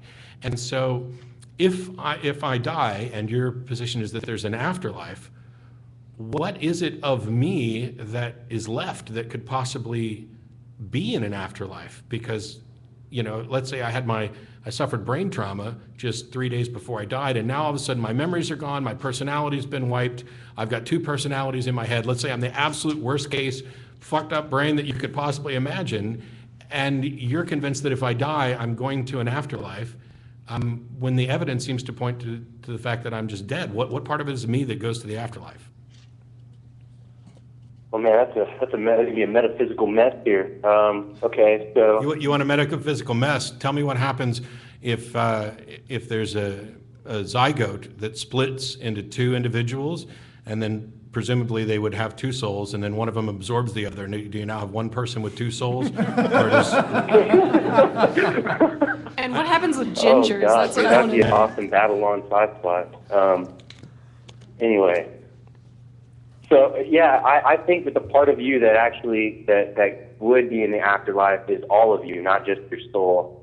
I believe in physical resurrection, so I don't believe that there's some disembodied part of us, like your soul, that goes to some faraway place that's not located here on this earth. So when Now, does that the earth will happen? be restored, but So like, for example, my grandfather died several years ago, and I know for a fact that his body is still in the ground.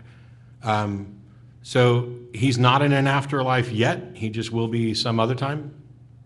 yeah, theologically, I guess that would be called soul sleep or something else. I don't know if I necessarily buy into that particular idea, but it's just the idea that there is going to be a resurrection of the dead. It'll just happen, not like Walking Dead style or anything, but that's interesting because that'll happen in some place in the future, or the, I guess, eschaton, whatever they call it. why wouldn't it be Walking Dead style if Matthew reports that the dead got out of their graves and marched on Jerusalem? I mean, Very slowly. the Bible has this report of basically, when Jesus died and the temple veil was torn, we had a march of zombies on Jerusalem, and this is in there. And so, I mean, do you just kind of shrug that part off? Do I cut that part off? Yeah, I mean, is that just part of the Bible that you just kind of set aside and don't pay any attention to? I'm actually not familiar with that verse, but Cool. I don't know the context enough for me to be able to tell you whether that's figurative, metaphorical, or it's a literal thing. Okay, it'd be really cool because it reads very, very literal. Anyway, pick up the book of Matthew, go to just when Jesus is killed, and it will talk about the dead rising out of their graves and marching into Jerusalem. Kind of cool. I think it may be the source for Walking Dead. That'd be a better show than the Son of God or whatever it was, you know? Let's focus on the Amen, zombie dude. thing. That show is horrible, bro. I hate that stuff.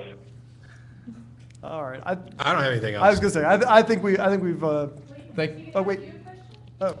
Oh yeah, that's Oh yeah. fair. That's a good Okay. point, yeah. Do you have any questions for And us? gee, thanks.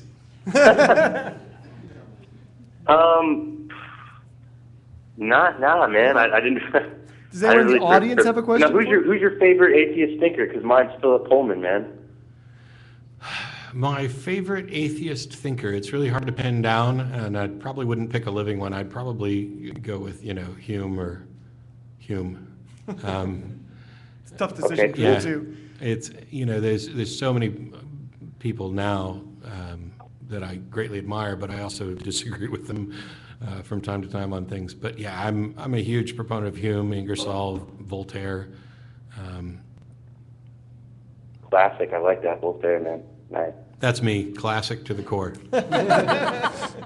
Well, Jason, thank you very, very much for taking the time and having thank the you. balls to come on here and talk to a bunch of people you have no idea Right. what's going on, who they are. I wish I could have heard you guys better, man, or been a little more prepared. I apologize on that. No, Well, no. if you want to prepare a little more and you dig a little deeper and you feel like you want to discuss this further, you can always call into the Atheist Experience on Sunday afternoon. We'll be happy to take your call. Google it. But no, dude, I already have Google. I've listened to some of your shows. Good stuff. Good stuff. All right, great. Thanks. Excellent. Thanks again for sticking with us, and maybe we'll have you on our show sometime again. Thanks, Jason. All right, man. You guys take care. Thank you. Wow, that could have A been. ringing endorsement from somebody who has, this is one of the things about Christianity, and I'm not beating up on him because, quite frankly, most Christians have no idea what's in the Bible. They don't really know what it is they believe. This is just what they do. It's because it's what other people have done, and it feels good, and people do good things. And when I talked earlier, and I don't mean this insulting to him because I was glad he called. When I talked earlier about kindergarten theology, it doesn't just exist in the atheist community. It's there in every pew in every church because this has become so cultural. Yeah. Oh, I'm a Christian. Well, of course you are, and so is the jackass who spiked the football and thanked Jesus for all the hard work that he did and helping him cheat to beat the other team. It just doesn't work that way. But when you dig kind of down into the claims made in Christianity from the Bible, they just kind of crumble. And the solutions the reason the religions have thrived is because they're very good at these protective mechanisms. One of them is, I don't really believe that, I kind of believe this, and it's all ooey gooey and boom. And the closer it gets to that, the harder it is to attack. That's why I have said for quite a while now that it's fundamentalists. I mean, and I'm talking as a redneck myself, redneck literalist fundamentalists are the prime ground for us to be addressing their claims and arguments because they have this understanding, and it is a foundation that once removed will be gone. The liberal and moderate theologians, in scare quotes, have already done this work. They've already said, like when I went to Church of Christ in San Antonio, they've already done the hard work. Oh, we don't see miracles anymore because miracles existed to prove the word, and now we have the word, so we don't need miracles. And so Church of Christ folks don't believe that there's miracles going on, and they mock and these other people who think, oh, God, help me find my car keys. Well, you're just an idiot. They've already come up with some sort of apologetic protective mechanism. And the looser it gets, it's like trying to grab water. I feel like Bruce Lee now. I feel like you could talk to him all day and you'd never get to why he actually is a Christian. Because I think these are all things that he's using to rationalize what he feels good believing. And I think I could talk to him all day and we'd have an atheist. I think so too. Yeah, I totally agree. He's right there. And I don't just say that as me. I mean that anybody who's knowledgeable can engage, because he was open, he was willing to rethink things. He doesn't have a particularly good understanding of it, which means he's kind of, just floating on the surface of Christianity. And I think we just grab a hold of him and pull him to shore. I totally agree with that statement. All right, well, we've got one question from the chat room, and I know a gentleman in the back had a question. If anyone else has questions, we'll wrap up with some audience Q&A. Filibuster54 in our chat room was noting that non-religiosity is growing by leaps and bounds in this country, and he wanted to know what is one thing that we can do to help that along. Come out, be out, participate, join groups, vote on debates, do community service things, and be open that you're an atheist, either street cleaning, whatever. The biggest thing is that for years, the only information that people had about atheists was coming from the pulpit. And now they're getting it from atheists. And that's where they need to get it from. Even if they meet several different atheists who have different ideas and even different definitions of what atheism is, at least they are getting it from us now. And so while I don't think I want as many out atheists as we can get. I'm not telling everybody to come out if it puts your life in jeopardy, or your job, your family, things like that. Some people need to kind of stay closeted until the rest of us make the world a better place. But that's the number one thing, because when your neighbors who know you and like you, I hope you're good neighbors, because not all of them are, and they've known you for a while and you're great, and then they find out. The neighbor's hammering on the fence at right in the it's middle of the about me being a podcast. bad neighbor. Turn it down. No. And if they already know you, and then they find out that you're an atheist, that puts their brain in this state of, I think the atheist is this, and this person is this. It happened with, my parents are dealing with this, in the sense that they're convinced I'm working for Satan. They've flatly told me so, and sent me a birthday card that said, we are praying for God to stop you no matter what the cost. Wow. But No matter the cost? they love me, they know me, And God loves. and God they loves know you. I'm a good person. And this puts them in this weird state where what they think I am and what they know me to be is in conflict.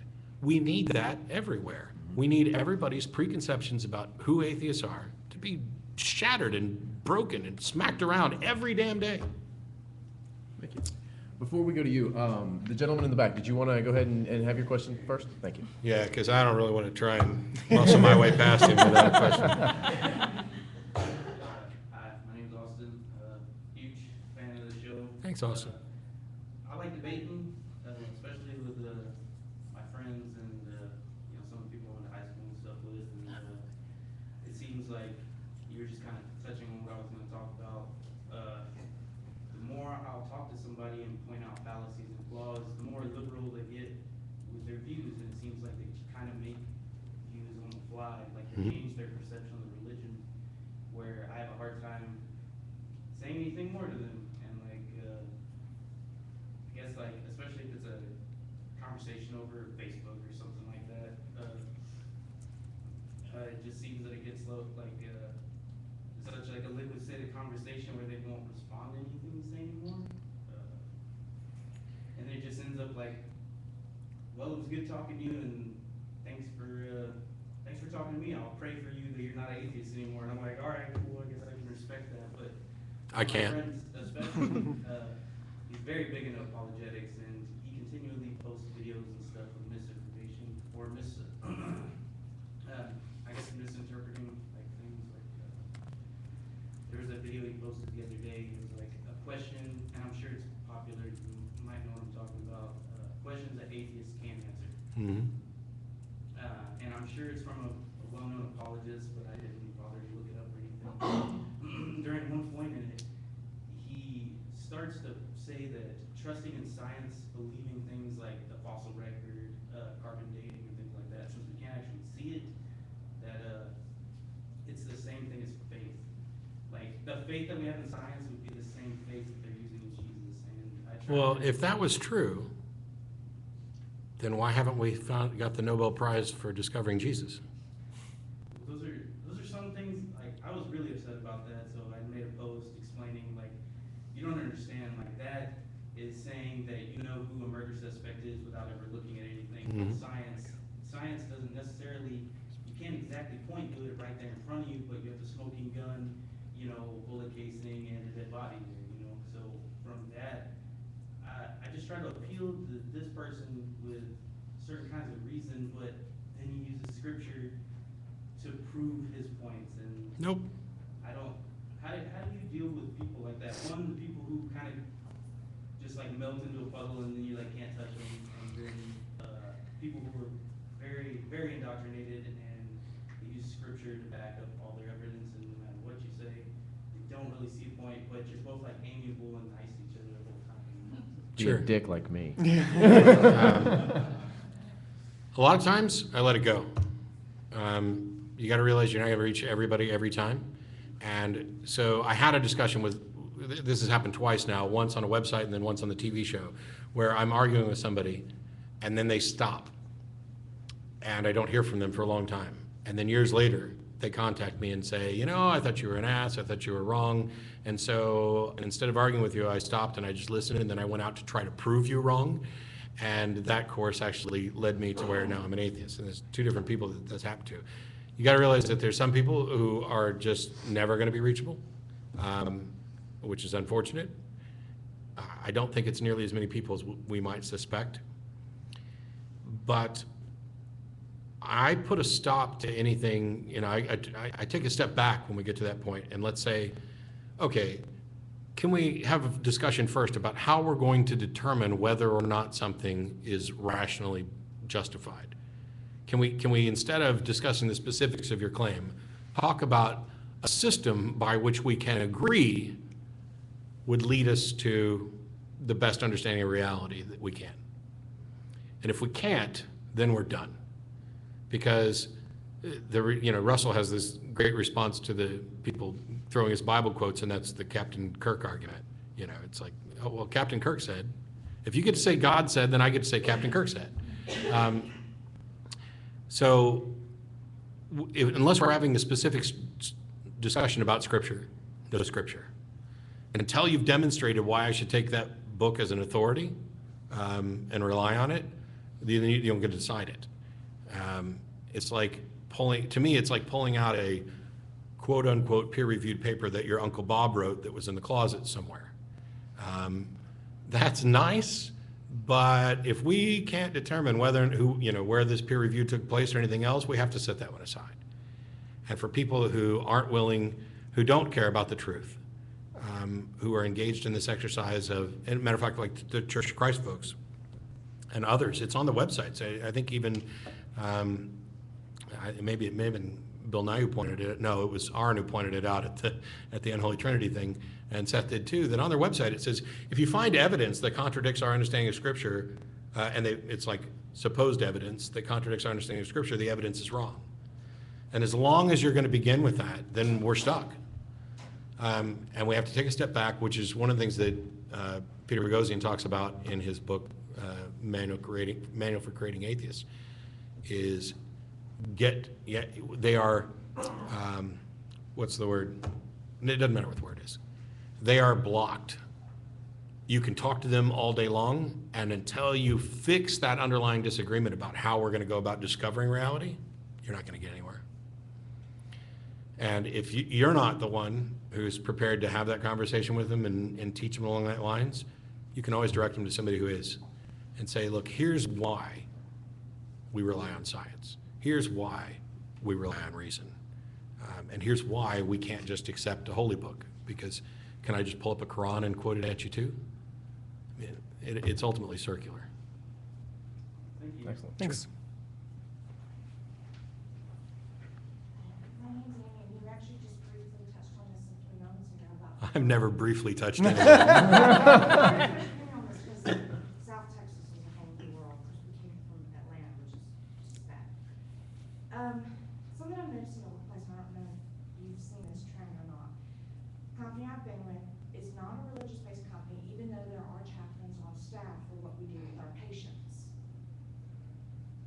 7 years ago, no big deal.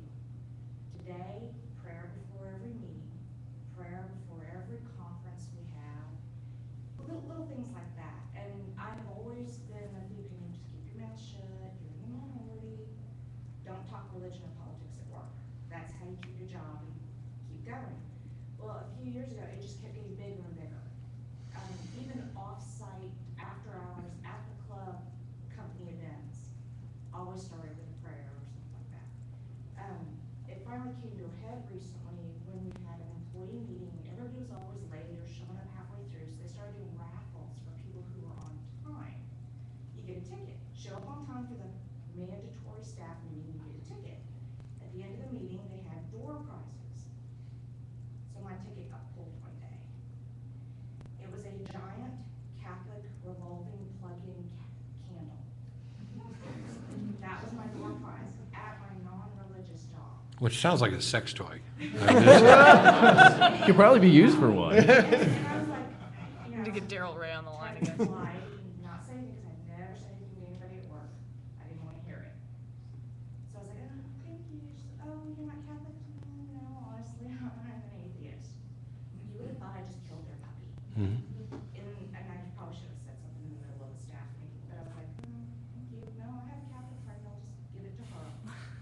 But then I noticed something changed after that. Mhm. People were always, hey, can we go to lunch with you? I'm like, okay. And then it was, talk. What happened? What was this bad thing that happened that brings you away from the church? I'm like, you know what? You're killing my digestion. But it's not just, I've noticed it at other jobs too, friends that will not talk about it. My husband had to pull someone aside from my job and look, joke's over. They were leaving things on my desk, little books, little pamphlets. And finally at an off-site event, one of my friends, you're healed. And I got up and left. I was pissed. And he had to pull them aside, joke's over. You had your, well, yeah, he did. But this is how far they're taking it. It's like they're targeting at jobs to the point that it's you can't tell anybody you're gay at your job because you're afraid you'll be fired. You can't tell anybody you're an atheist. Especially in Texas. It's where can you go to have that kind of freedom that the Catholic Washington State.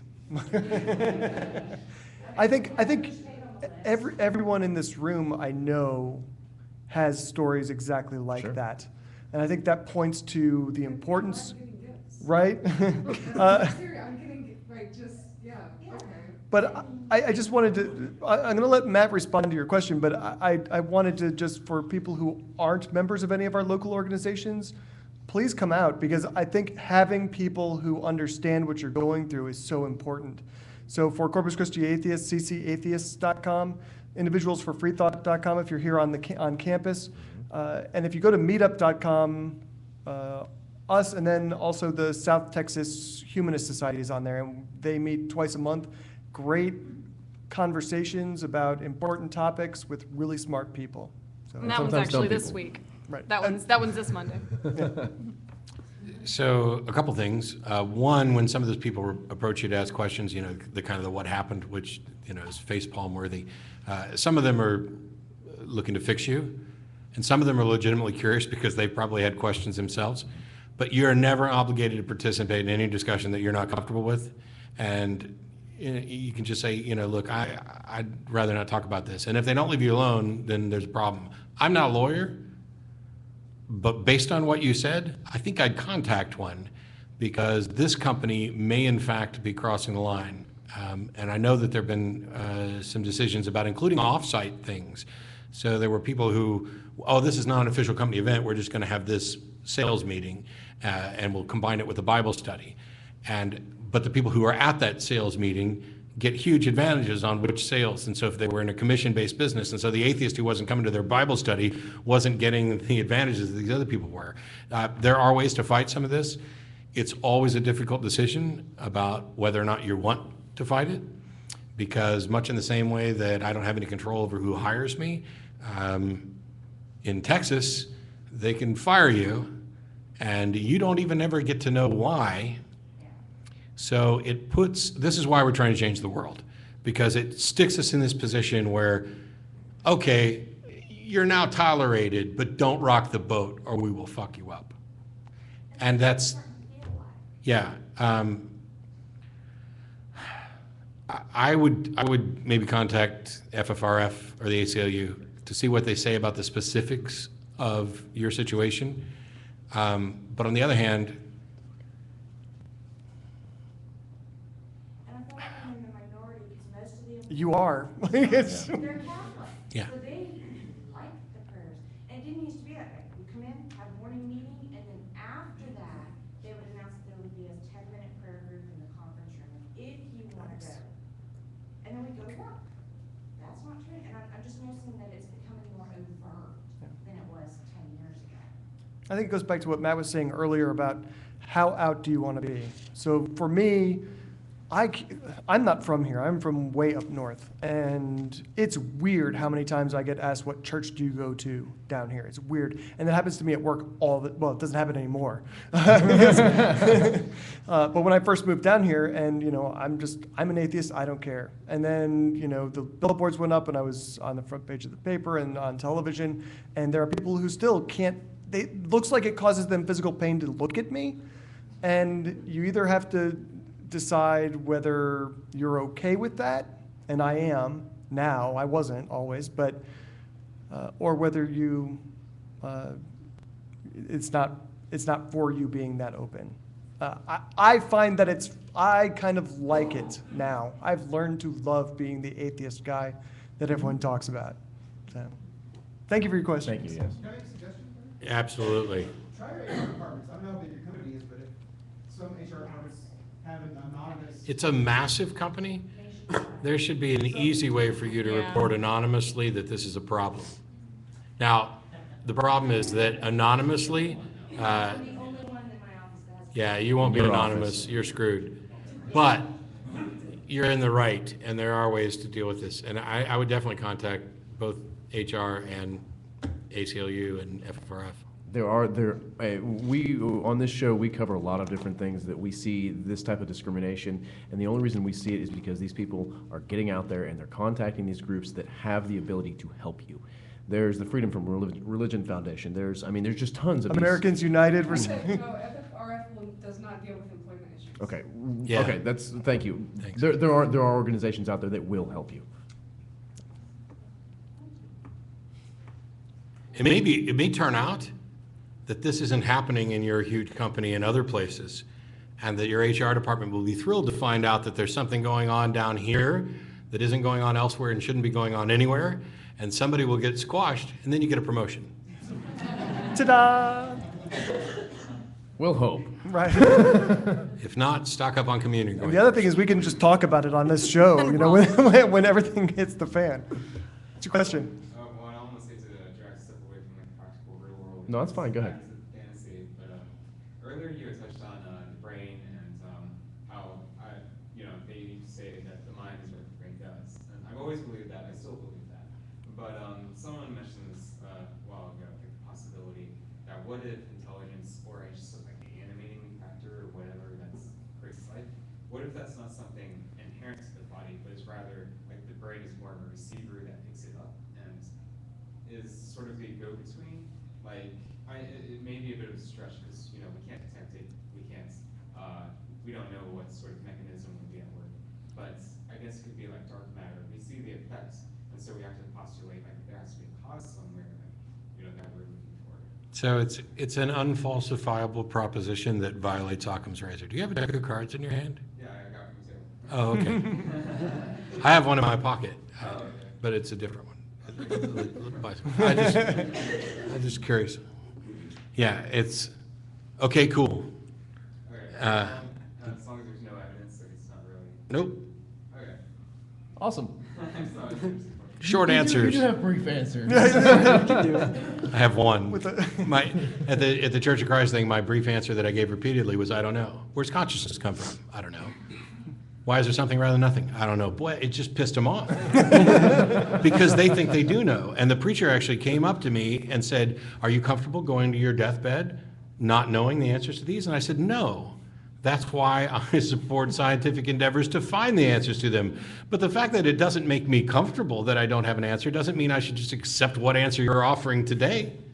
It definitely doesn't mean I should accept what some people 2,000, 3,000, 4,000 years ago, or 6, as they think that's how old the Earth is. Yeah. Anyway, I'm sorry, go ahead. I think you probably already covered this to some degree, but my daughter wanted me to ask how you became an atheist. Ah, okay. I was trying to be a better Christian. And that's true. When I was growing up, I walked down the aisle at the age of 5. As a teenager, I rededicated my life to Christ over and over again, as did everybody else in the church.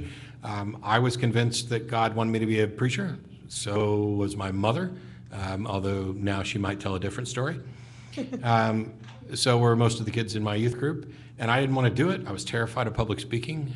There's a little irony. And actually, that was true right up to the first talk the first press release I gave for the ACA. I had a roommate who was an atheist. I lost my job, and I said, okay, God, if you want me to be a preacher, I'll do it. I went off and lived my life in the Navy and in the tech world, and I'm done with all that. I'm older, I'm more comfortable. If that's what you want me to be, I'll do it. And so I spent about 1.5 years in prayer and study. I talked to my uncle, who was a missionary. I talked to some minister friends of mine, and my roommate, the atheist, who's pretty apathetic about a lot of this, I wanted to find a way to convince him. Because if I'm going to get right with God and do this, then I don't want to end up in heaven and have God say, why is this guy who you lived with for 12, 13 years, who you love like a brother, why is he in hell? Why didn't you ever share? And so I set out to figure out how you convince an atheist. That backfired spectacularly. Not that I'm the equivalent of Ben Franklin, but there's a quote from Ben Franklin about how he came to be a deist. And he said, as it happens, some books against deism fell into my hands, and I found that their arguments were weaker than the books for deism. And that's pretty much what happened. In my attempt to find a way to convince an atheist, the atheists convinced me. There was no one moment. I wish there was one moment. I wish I could say, and then I was touched by non-Jesus, Well, I'm not Jesus. Don't touch the guests, all right? He did not touch me. Yet. That's why we have the webcam, just to make sure that going doesn't happen. We're going to Pizza State afterwards. You never know. Sweet. All right, so that's our show. Thank you so much for coming down, Matt. Oh, absolutely. I loved it. Thanks. And thank Thanks you for having all for coming and Yes. participating. That's awesome. Absolutely. Again, you can reach our show at atheistairwaves.com, plus iTunes or wherever else you want to get it. Yeah. So- Yeah. So one thing, Got an- I hear from people who say, I'm a big fan of the show, and people come to Q&A, and I answer questions. Don't put people up on a pedestal. Don't pretend like I'm just somebody telling you what I think. The fact that I said it carries no weight at all. Get rid of heroes, get rid of, people that oh my gosh, so-and-so said it, or Dawkins said it, or Matt said it, or whatever. The ideas live or die on their own merit. And I just have some experience, and I'm sharing it. But by all means, if I'm wrong, just tell me I'm wrong, because that's the last thing I ever want to be again. But I'm getting one of those shirts. cool. Those are words to live by, for sure. I hope everybody does. I might never work again. Everyone. What was I going to say? Oh, so cool if people take pictures and Oh, yeah. whatnot? Okay. So we'll be hanging out a little bit before we head over to Pizza State, so please feel free to come on up. We're doing post-show. One question. Yes, sir. Can I get 5 minutes? Are you off the air now? No, you can have 2. 2. Can you do 2? We're running late. Come on. come on up. You can steal my mic, and we'll. That way, people in internet land can hear you. Why don't you come over here? Here, take my seat so I won't be tempted to actually talk anymore. No, you could have just said you didn't want to sit next to me anymore. Right. I think it's Jay, actually. I'm Nick Lee with the Secular Coalition for Texas, and we're trying to kick the movement up a notch into political activism. We are under the umbrella of Secular Coalition of America, which has been in business for about a dozen years, and they have been active in lobbying in the Washington, D.C. area in the federal government. And every time you hear Barack Obama say, And to all of those folks of faith and of no faith, you can thank the Secular Coalition for America for having that influence on the White House, and we're having influence on policy there. We're trying to duplicate that in Texas.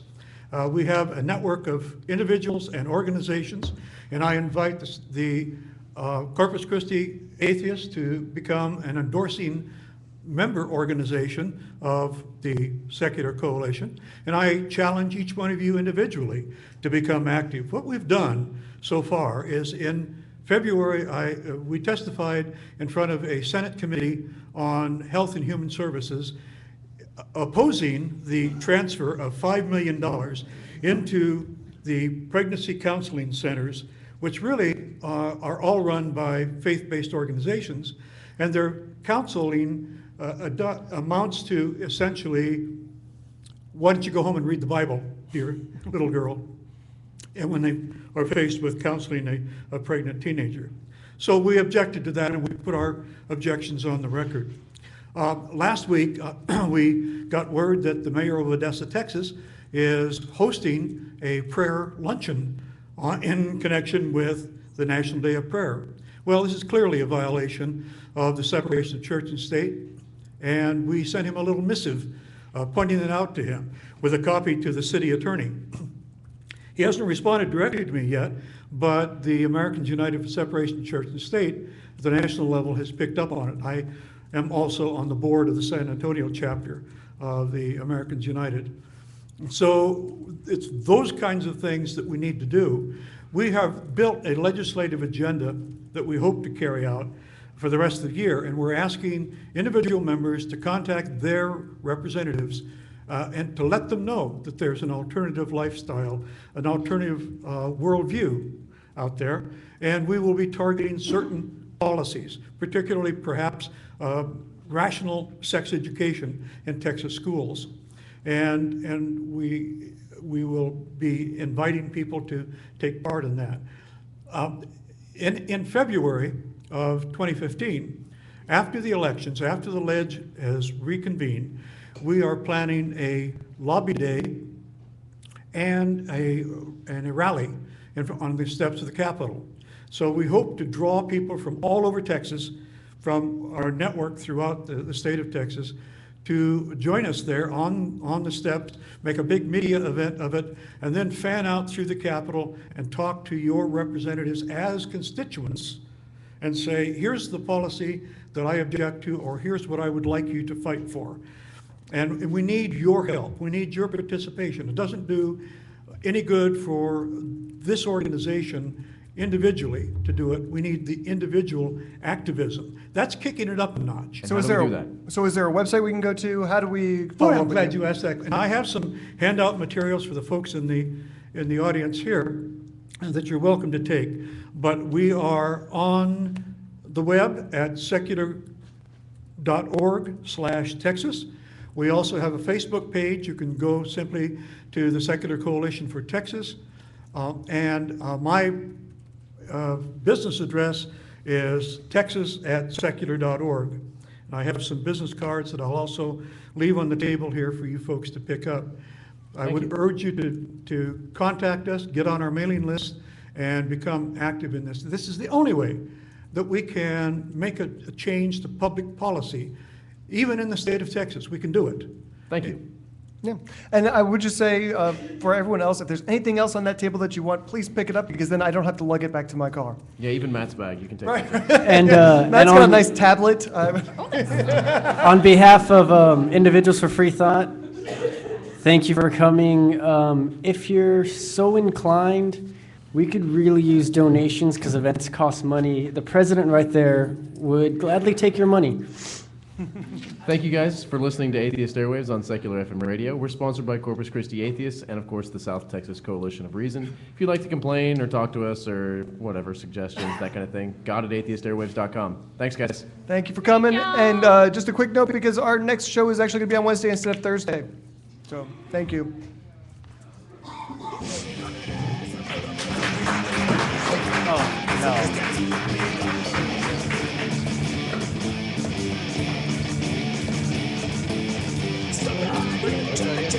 Yes.